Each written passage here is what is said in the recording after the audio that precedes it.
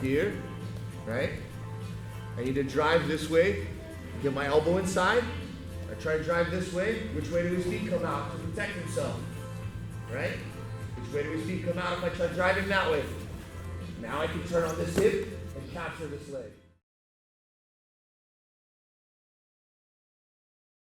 Two roads diverged in a yellow wood, and sorry I could not travel both.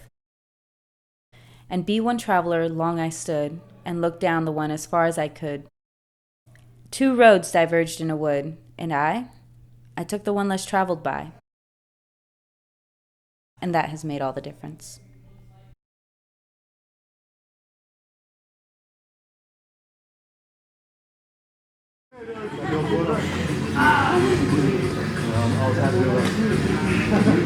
Fingertips bleed and are not even halfway to where it's a joke between you and Seth. He said that he used to train with us when we were at our other facility. My name is Seth Norman. I'm a black belt under Robert Drysdale. I own my own academy, Oklahoma Martial Arts Academy here in Oklahoma. It's great. We started doing this because there was nothing else to do around, literally. There's a couple other gyms, but Wasn't the vibe. Wasn't the vibe for me here and there. I mean, this was like the last thing that I planned on doing. This just ended up happening. This ended up happening because I was a part of a school before that I wanted to do different things that were there. And then, you know, I had lots of friends at different places all around, and none of those places were going to be welcoming to me, to my, to what I desired, to what I was looking for. It wouldn't have been a good fit for me. So this just actually started helping some guys train at a fight club, teaching them some jiu-jitsu, and then ended up buying the fight club that I was teaching some jiu-jitsu in. It was just like a not-for-profit type deal. A bunch of guys get together and would spar a lot, and there's so much talent in that room. It was crazy. It was fun and it was cool, but I knew there was so much potential there to grow into something else, which is so strange because it's totally like what we have today is not what 805 was at all. So it's kind of like strange that we Evolved into this because it was like, you know, we might as well have just started this from nothing because we took something that was fully developed into something of its own and just totally morphed it, changed it to what we have here today. I mean, you started with 2 students, me being one of them, and you know, it just kind of took on a life of its own. We just kind of went from there. Jason has these dogs. They're freaking scary. If you put on this suit or whatever, Troy did it. You put on a suit or an arm thing, they'll bite you. Do you think his dogs would know how to do that if he never did that with them? No.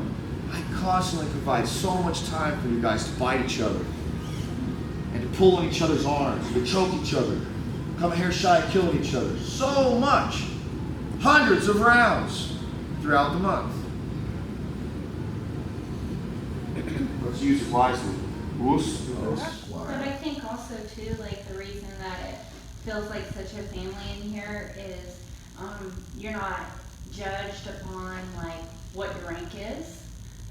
Like when you're in here, there's like, we don't really click, there's no clicks. It's like everybody's equal all the way from like the brand new white belt that's just coming in and just kind of dipping their feet into the waters to the, you know, the high level brown belt or black belt. Like everybody is equal on the mats. We just kind of look at the belts as more, it just shows how much further you are in your journey, and as a way for like the lower belts to have people to come to ask questions or, you know, so I think that because there's not like the There's group never a hierarchy. yeah, there's no hierarchy. It's everybody is the same, and everybody knows that. Like, I mean, we all just take care of each other. And I think, you know, hanging out afterwards, we're not like, okay guys, class is over, shut the door, everyone out. Like, we have the bays up, music on, kids are riding skateboards in the parking lot, or the adults. Well, I just want to know, Just- I just want to know, I'm curious, there's lots of times when I'm like not at the academy when, you know, I guess I would used to have been thinking about jiu-jitsu moves and like how I can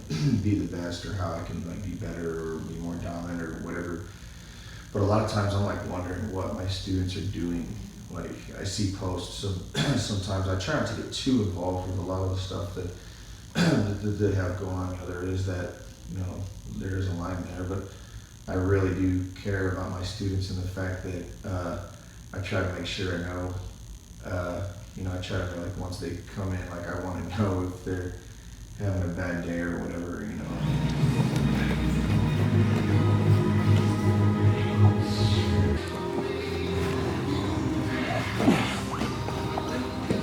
Changing rules and I'm switching things up was because the actual clientele is here. We can do that now.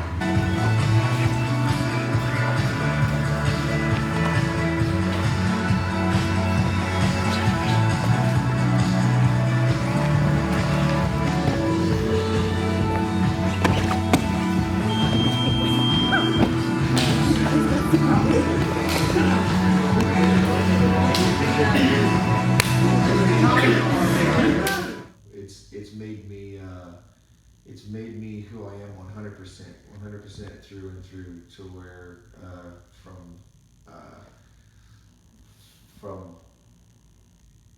from health to from physically to health, mentally, and some people may even say that it's giving me too much of a voice or that I'm too loud.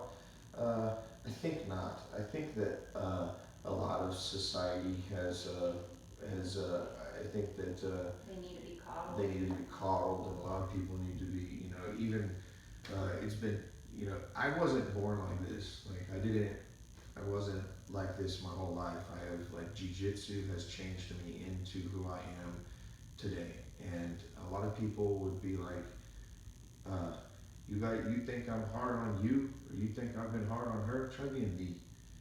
I'm the hardest on me. I don't get a break from me. And I know what it's done for me, being hard on me like that, and I know that if I'm hard like that for others, they can reach heights like I have.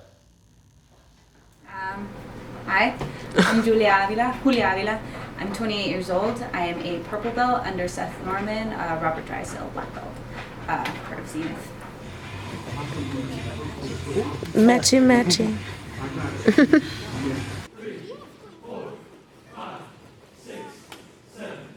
I actually didn't start with jiu-jitsu or any groundwork whatsoever. I started with striking, and I was in college, and I walked into a studio and I started doing aerobic kickboxing so I can hit something repetitively for an hour and not get tired. After I finished college, I went home and I decided, you know, maybe I should see if I can take a hit. So I went to another gym that a friend recommended me to, and I started doing stand-up, and I figured out I could take a hit, so I got a fight.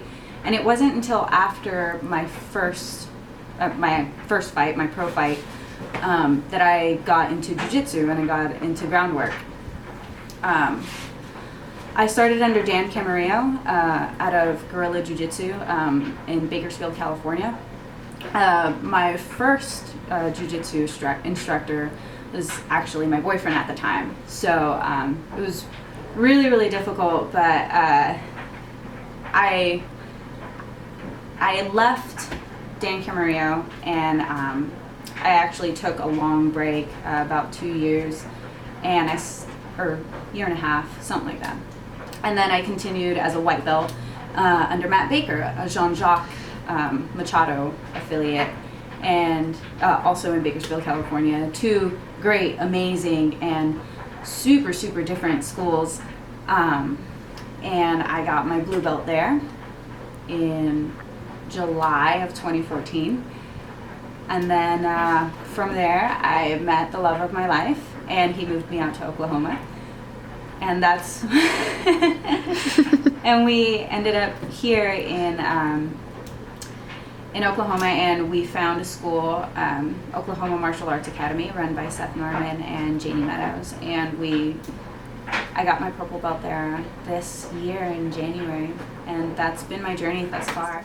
And this is where I craft, and I have my stuff, and I express myself in other ways that people don't really know about. I love painting. I love I really like embracing every emotion that I have, whether it be good or bad. I embrace it and I like to express it. So anything I feel, you'll know it. Oh, good girl. Good girl. Sit.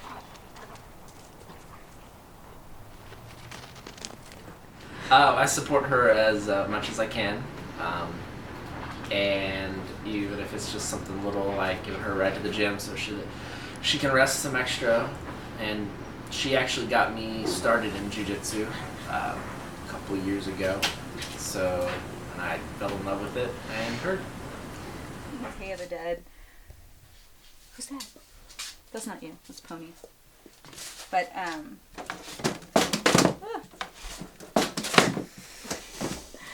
so I was doing it for a lot of my friends and myself. This one's me, actually. And I don't like to keep or sign any of my art.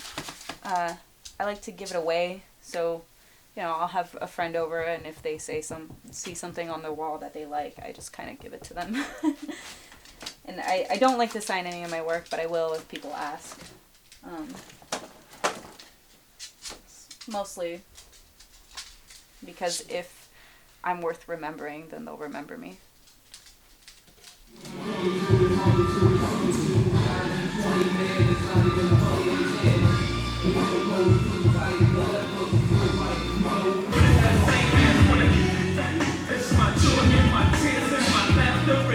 Here we got. Here we go. Come on, go. I have had the privilege and honor of being able to roll and learn from such a variety of people from so many different backgrounds, from Sambo, Judo, Jiu-Jitsu, Japanese Jiu-Jitsu, Muay Thai, Taekwondo, just anything and everything. And what I've done is just kind of become a sponge and a reflection of everybody's best qualities. At least I try. I don't know if I'm accurately saying that, but I try my hardest to really absorb what everyone has taken the time out of their day to teach me. So yeah, I'm kind of like an amalgamation of everyone, and you can really see it in how I perform and my my game. I'm gonna do that. I'm gonna become a black belt. I'm gonna beat this next girl out of this MMA fight. I'm gonna get the best job that I can, and I'm gonna do the best things that I can. That's what I want people to remember me by. Jiu-Jitsu isn't life. Jiu-Jitsu is a sport. Jiu-Jitsu is art. I'm the artist. I fucking dictate what Jiu-Jitsu is. It doesn't define me. So I get frustrated when people lose themselves.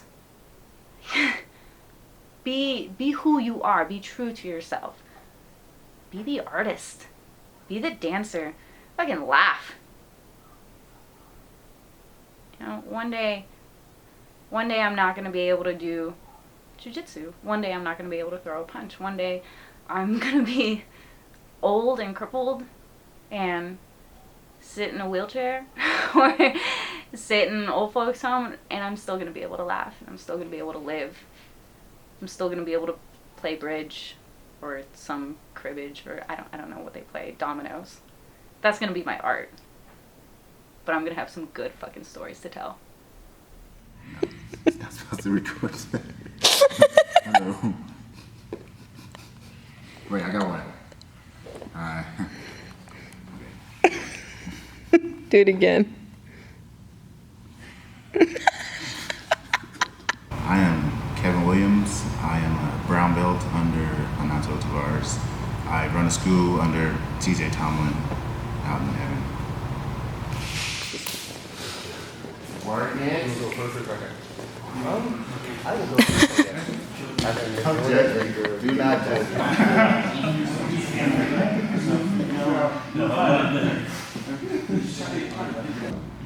Right, if I don't have this, boom, he's out of my triangle, and he's gonna pass my guard. Do not open that up without having your chin. So, if we go and block the triangle, boom, I wanna fix it. I grab my shin first, now I can open it up, because he can't pop out of my triangle. Pop up, he's not going anywhere. We started this gym, TJ Tomlin, he recruited me. I had just started teaching in Shawnee with my buddy Willie and Tyler Shin and all those.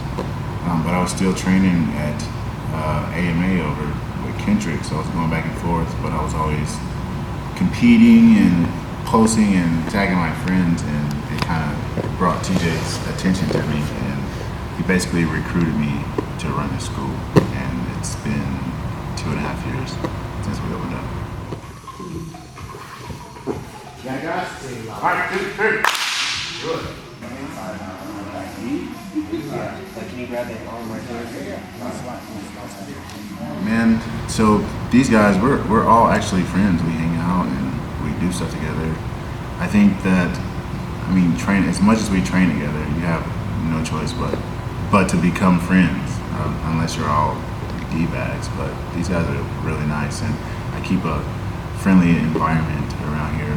We kind of run the D-bags off, have a no douchebag policy, and it works pretty well. Those guys are cancerous to the gym, so yeah, we keep them out.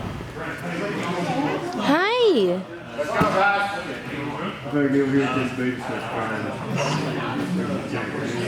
Hi, I'm Juliana Williams. I'm Kevin's wife. And this is baby Kingston. Say hi. Now Kevin runs the American Elite Gym. And he's basically always there, like every single day. He has day classes, night classes, 5 days a week, open mat Saturday, open mat Sunday. He pretty much trains every single day. And sometimes he takes a rest day only because he has to. And then we kind of have a joke in the family that on his rest day, he only does Muay Thai class. Kind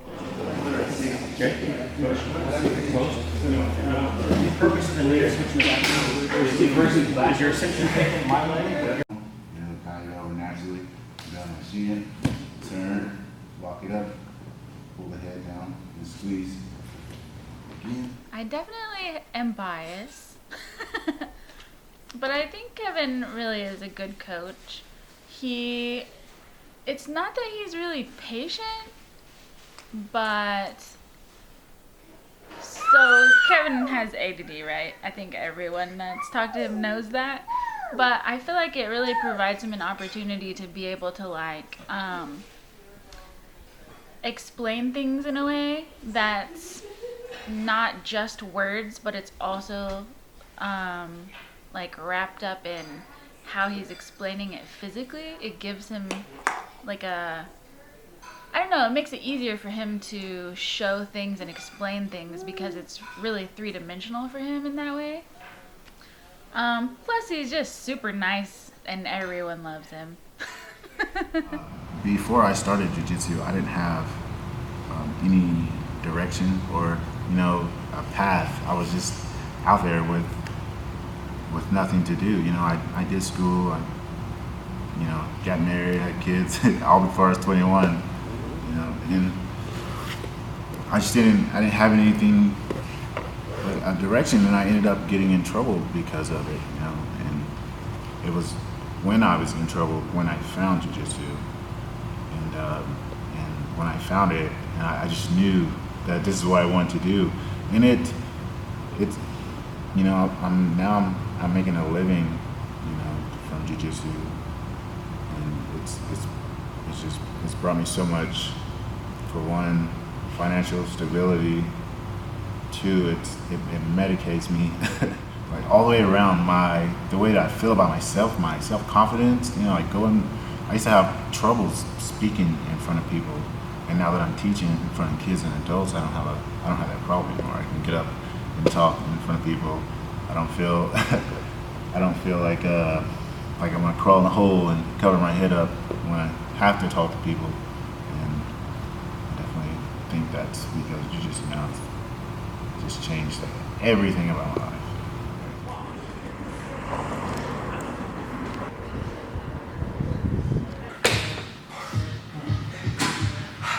Derrick Adkins. I train at American Elite Mixed Martial Arts, mainly the Edmond location, and at the moment I am a purple belt in Jiu-Jitsu.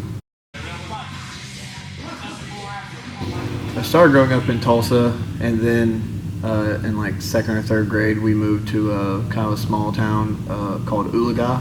I grew up the rest of the time there. I didn't really do much sports before junior high. I did wrestling a little bit, and for some reason before 7th grade I always ended up like breaking my foot right at the first of the season, so didn't really do much till 7th grade. Started wrestling in 7th grade mainly because the football coach was the wrestling coach also. At our end of the year meeting for football, right before we go to our next sport, I was signed up for basketball, and the coach asked me about it, and he says, "No, I'll see you in wrestling tomorrow."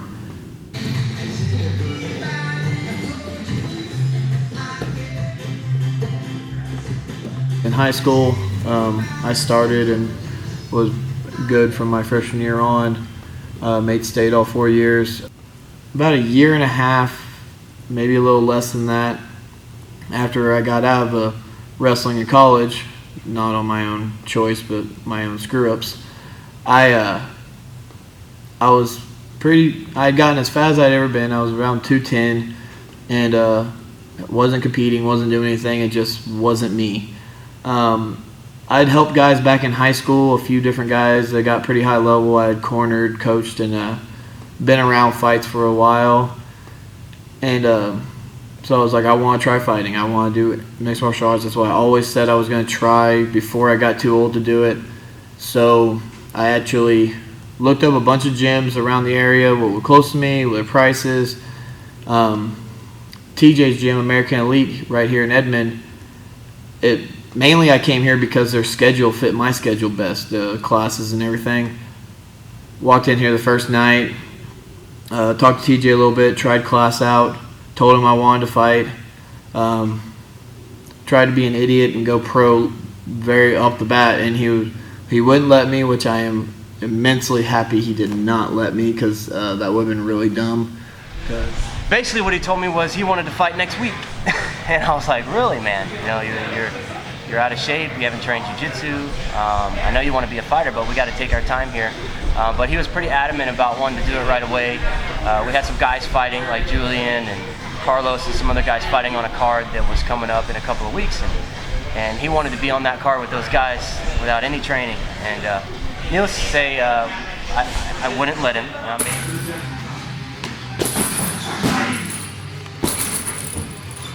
One of the big things that we do is we make guys train for at least a year before they have their first amateur fight, MMA fight. If they're going to be a pro, they need to at least be a blue belt in jiu-jitsu. They have to have so many wins as an amateur. So there's a lot of guidelines that we go by just so that we protect our name and we put a good product in the cage, you know, just like anyone would, I guess. But I listened to TJ. He had been around a while. Listened to my other coaches and stuff. I grew here, and there was just tons of people that were just really helpful, really willing to help me grow, and I picked it up quick. The wrestling transitioned into, and I listened as much as I could to how to transition it, and I went to my back a lot just because that's where I was most uncomfortable, and it worked out really well that they brought me into this family quick, and I loved it. I helped people with wrestling. They helped me with jiu-jitsu, the same thing with striking. A lot of people got me in there. Ian Freeman was my first really good striking coach here, and then now it's Mike Giroux, who I actually started working with him a little bit before he took over the coaching here, and Me and him have become like brothers, and we joke that pretty much me teaching class or me talking is about the same as his, because I've been around him so much for the past 2 years, and it's helped out a lot. And it got me to a really good point.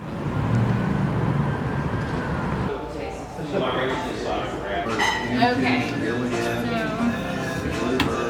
My name's Gerald Whalen. I'm a ring announcer for boxing and MMA, and I've been doing it for probably about 3.5 years, and just kind of everything just kind of goes from there. How I know Derrick, how I know Manny, how I know Donald, how I know TJ, all the guys from American Elite. Derrick is going to do anything that Derrick is good at, and it's a very accurate statement. I've tried to tell Derrick, there's there's two different worlds. There's boxing and there's MMA, and Derrick, he loves flirting with the boxing world, taking the fights, and I think it's more of a payday thing, but it's also kind of one of those, Derrick just likes to challenge himself. But with where he's getting at his MMA career, he really, if I were him, and if he would follow the advice I've given him, it would be, I would like to see him actually focus more on taking the huge MMA fights rather than even messing with boxing at this point, because if we can get Derrick just one UFC veteran or one Bellator veteran, and Derrick wins that fight, Derrick is on the radar of Dana White. And Okay, tell me what you're getting ready for. I have my fight this Saturday night at the Osage Casino for a freestyle cage fight, main event, title fight. We're starting Muay Thai right now. Going to get some work in, mainly just working on cleanup techniques, hitting some pads, getting some weight off, and the weight cutting kind of process really doesn't start till tomorrow night. Oh, I feel very ready. I feel really good about this. I've never felt this good, and 5 rounds is going to be great for me, so it should be a good time.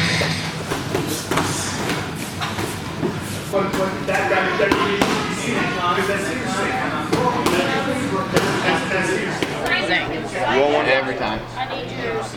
Like I already know I'm gonna Bunch of them around here, so. What? Hi! I saying hi to everybody else. I'm gonna say hi to you. I got hi. If you don't, See, glad you made it. Hi. See you guys. Very nice to meet you. Nice meeting you. You said. This is the other fighter here. Yeah, this is Emmanuel. How you doing? Yeah. Thank you. Sandy was his name. He had it in his blood. He wrestled, loved it. It didn't go for win or lose, but he did have a very, very hard time with losing. Many. He's not a good loser. No, he's not a good loser. And that's what determines him now. Even when the fighting, I would tell him, so do you visualize? I said, visualize winning. He's like, no, Mom, I have to visualize losing because I don't want to lose. So if I visualize that, I don't lose. So it's in him. Feeling great. Got a decent little weight. Main event, so it's a hurry up and wait game where we have to get here at like 5:25. At the earliest, best case scenario for time, maybe go out around 9:15, but probably looking at 9:30 or 10 is usually the more common time for that. That's even early. But no, feeling really good. The cage is great, good medium size. Not huge, but not a small little crazy cage. If you don't know, you get all different sizes at different venues, promotions, and some are tiny where there's no room to move, and then others are huge that they can run forever. So feeling really good, excited. Should be a good night. Oh, I know, they were killing them, and then the end of the half, Alabama runs off. We clicked over to it right as it was ending, and I was like, it's being pushed back because of the storms.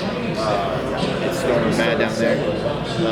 It's 6:30. I think it's supposed to be 5:30. It's supposed to be on right now. That's what. You want banana or something?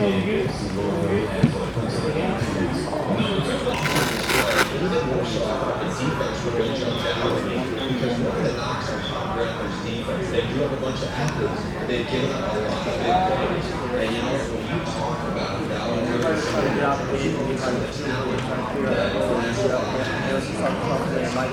Please report to cage side. Once again, Alan Washington, please report to cage side. That's not bad move.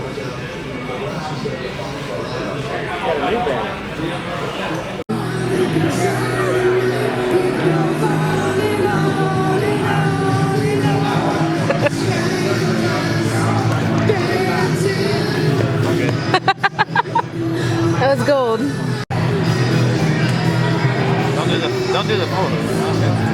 He'll hold it, whatever. Like, dude, that.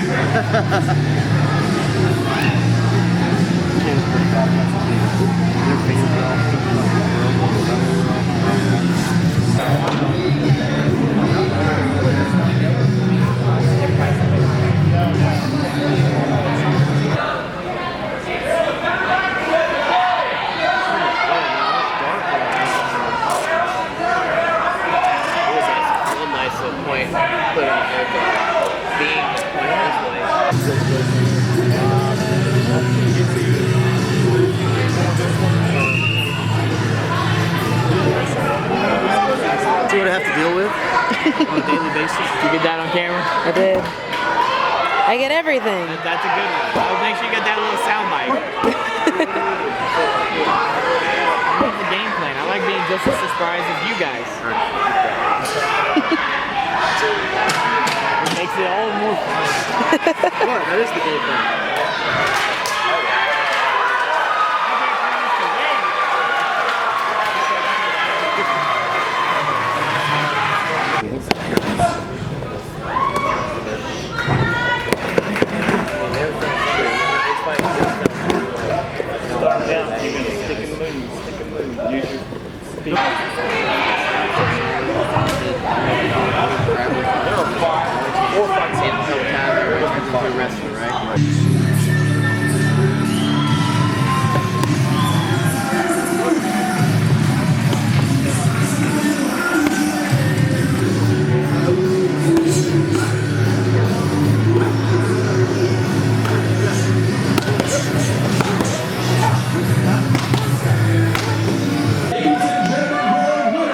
Impressively with a TKO from Straps in the first round, Emmanuel El Punisher Rivera.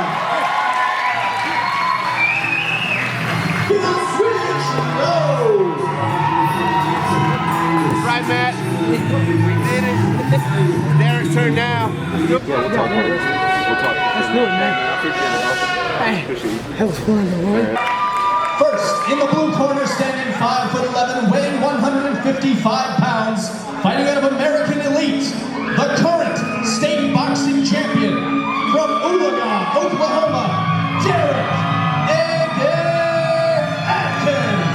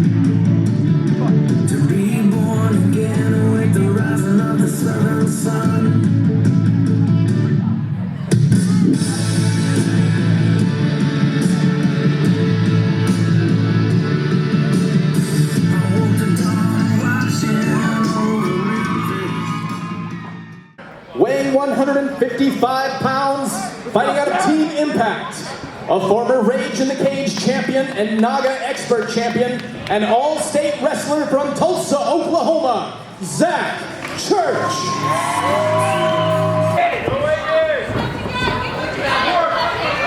Combination, combination, from here.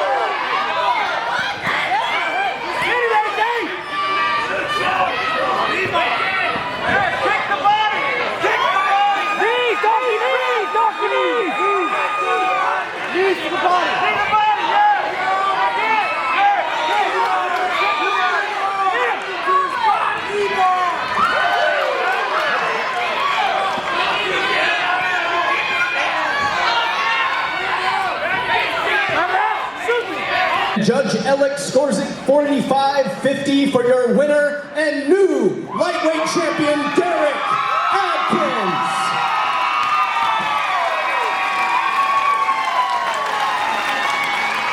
Hey, get his shirt. It's down there. Yeah. Get his shirt. Get his shirt. Come over here. Derrick.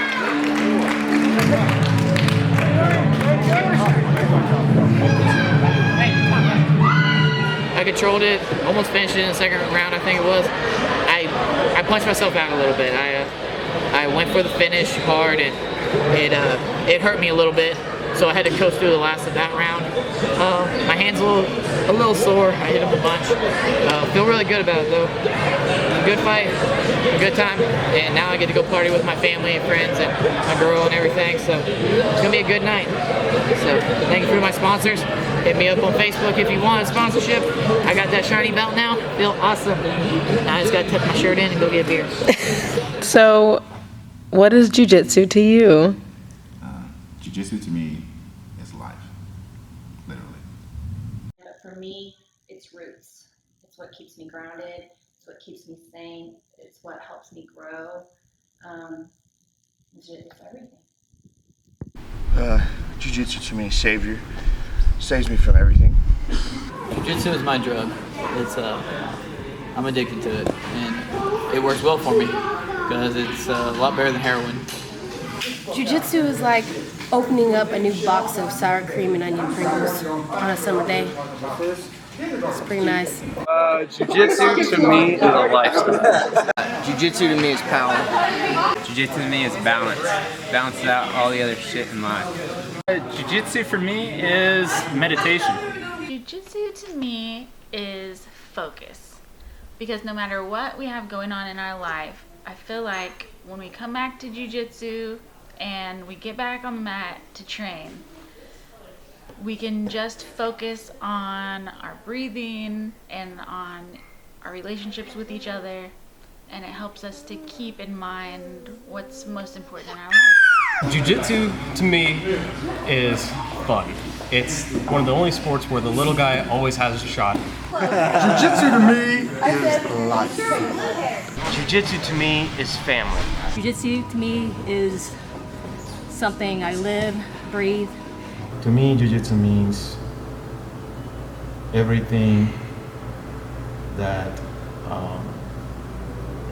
I'm not anymore. When I started, I was a whole different person, and now I am an entire different individual. So Jiu-Jitsu to me means change. First off the top of my head is camaraderie.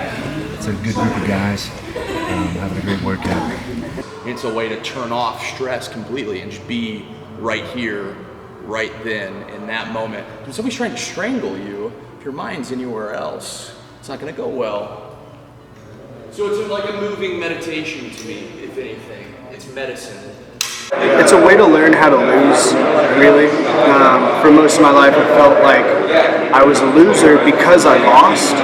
And once I started doing jiu-jitsu, I realized that like losing is a part of the journey. Jiu-Jitsu to me is like an escape from reality. I mean, it's a way to come in and the world just goes away. I'm with family, I roll with good people, crack jokes, family time, bonding. It's a brotherhood that you don't get anywhere else. Jiu-Jitsu to me is like motivating. Jiu-Jitsu to me is, it helps keep me in balance. It's not my whole life, but it's a big part of my life. It teaches me, most importantly, confidence. You know, it's one thing to be fit and in shape and look good, but it's another thing to have the confidence to walk around where however someone puts their hands on you in some type of a situation you have an answer for. Jiu-Jitsu is art. Art is life. Now, I'm not saying that Jiu-Jitsu is life, because there's going to be a day when I can't do Jiu-Jitsu. But I can always do art, and I can always live to the fullest. Jiu-Jitsu is art.